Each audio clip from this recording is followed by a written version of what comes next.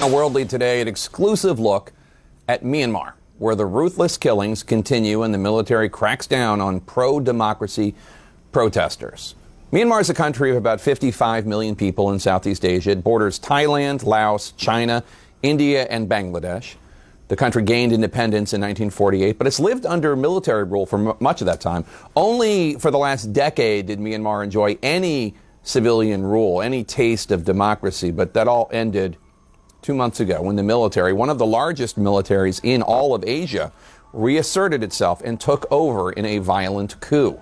And CNN's Clarissa and her team were the first outside journalists allowed into the country since the coup, and they filed this report. Clarissa, tell us, what are we going to see? That's right, Jake. Well, according to one monitoring group that's closely following developments in Myanmar, 614 people have been killed in the last 2 months, including dozens of children. Nearly 3,000 people have been detained. One UN official has warned of a bloodbath or even a civil war if something isn't done to contain the situation in Myanmar. We traveled there to confront the military about its ruthless purge, and on the ground, we witnessed some extraordinary acts of courage. By day, the junta continues its brutal crackdown, killing pro-democracy protesters who refuse to submit to military rule.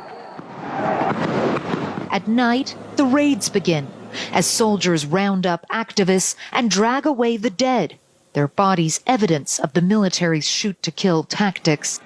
2 months after overthrowing Myanmar's democratically elected government in a coup, the junta has been unapologetic in its ruthlessness and silent in the face of international outrage.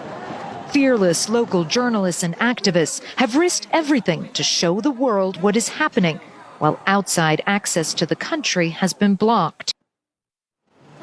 But now the military has granted CNN the first access to visit Myanmar.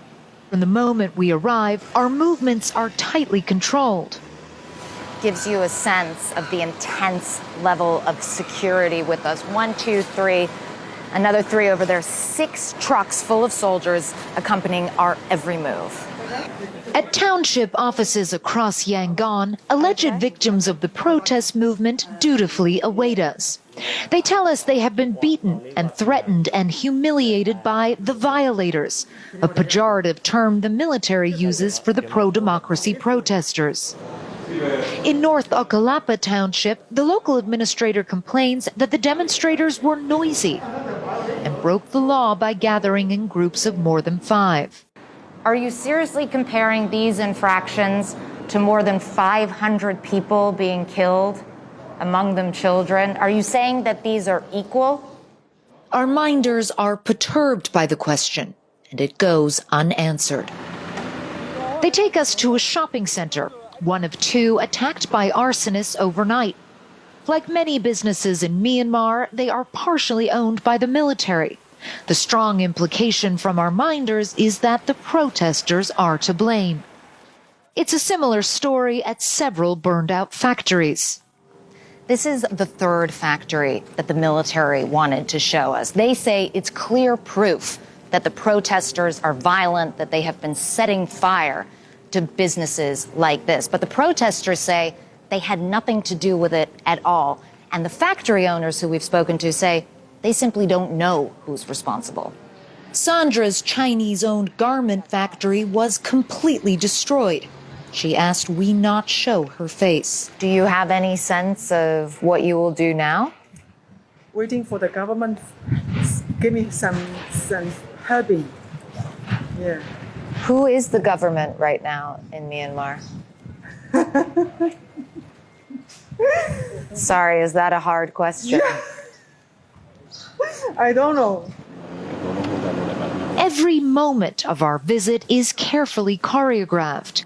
When protesters begin posting about our movements on social media, the military cuts off Wi-Fi across the country. Still, from the window of our convoy, we catch glimpses of reality. Some people from the balcony just flashed 3 fingers at me. That's the Hunger Games salute, which has become emblematic of this uprising. I'm speaking very quietly because I don't want our minders to know what they just did, because honestly, it could be a very dangerous situation for them. We pass a small protest rejecting Myanmar's return to more than half a century of repressive military rule. Their banner calls for a spring revolution. Our minders won't let us stop. Finally, after days of pushing, we are allowed to visit a public space, an open market. We avoid approaching anyone, mindful of the fact that we are surrounded by security forces. But within minutes, one brave man flashes the three-finger salute. I saw that you made a sign. Yes. Tell me what you mean by making that sign. No, we don't. You just stand back. Okay? Justice. We want justice. You want justice? Justice, yes. Moments later, another man approaches. Not scared. Not scared. Not weapon. We don't have enough weapon. Not scared. But every day, fighting. Every day. Just like that. Just like that. They're banging. As word of our presence spreads, we hear an unmistakable sound. Banging pots and pans is a tradition to get rid of evil spirits. But it has become the signature sound of resistance. We do want democracy. This young teacher says she ran to talk to us when she heard the noise. You want democracy? We want democracy. We don't want military coup. You know we're surrounded by military, like this guy. I'm not afraid at all. If we are afraid, we people around here will not hit the band and the pen. Like many young people, she sees her future being ripped away. We don't want to go back to the dark age. We lost our voice, and we had democracy only for 10 years because we don't have weapons, we don't have guns, just only we have voice. But even words can be punished here. Democracy! Not wanting the situation to escalate, we decide to leave the market as people honk their horns in support of the protest movement. The junta has grossly underestimated the determination of its people and the growing hatred for the military. In the capital, Naypyidaw, we finally have the opportunity to confront Myanmar's senior military leadership. I will tell you the reason why we have to crack down. The protests were peaceful from February 1st to the 8th. The reason for the crackdown was because they blocked civil servants. The security forces are giving warnings. Firstly, shouting to break the crowds and then shooting in the air. And the crowds are throwing stones and using slingshots. Are you seriously comparing stones and slingshots to assault rifles? The military is using weapons against its own people that really only belong on the battlefield. The main thing is, they are not only using stones and slingshots. We have evidence they use gasoline and Molotov cocktails. You have to add those too. For the security forces, they use crackdown weapons for riots. There will be deaths when they are cracking down the riots, but we are not shooting without discipline, with the rifles we use for the front lines. So this is CCTV footage of 17-year-old Kwame La going past a police convoy. You can see the police shoot him on the spot. His autopsy later said that he suffered brain injury as a result of a cycling accident, which I think we can all see that's not a cycling accident. How do you explain this? If that kind of thing has occurred, we will have investigations for it. We will investigate it if it's true or not.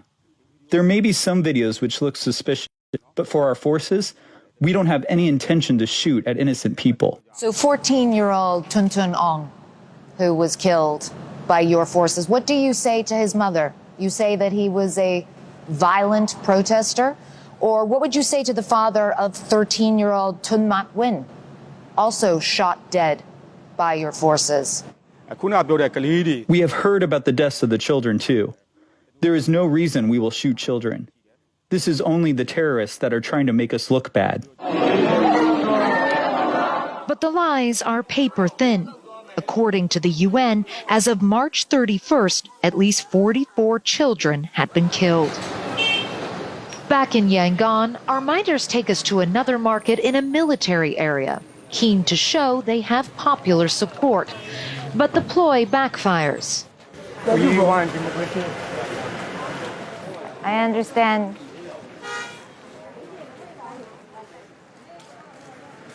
Man just told me we want democracy as he walked past, but he was too scared to stop and talk. Others are more bold. Please save our country. Save your country. These people are not activists. They are ordinary citizens, and they live in fear of the military. You have goosebumps. You're like shivering. They are not human. Yeah. They're not human. They are desperate for the outside world to know their pain. One girl approaches us shaking. I feel like you're very nervous. Are you okay? Yeah. We are not sick anymore. And even the night, there are shoulders and shoot the children. I don't want you to get in trouble. I don't want you to get arrested, okay? Yeah, thank you. All right. She knows her bravery will certainly be punished. But this is a resistance movement built on small acts of great courage.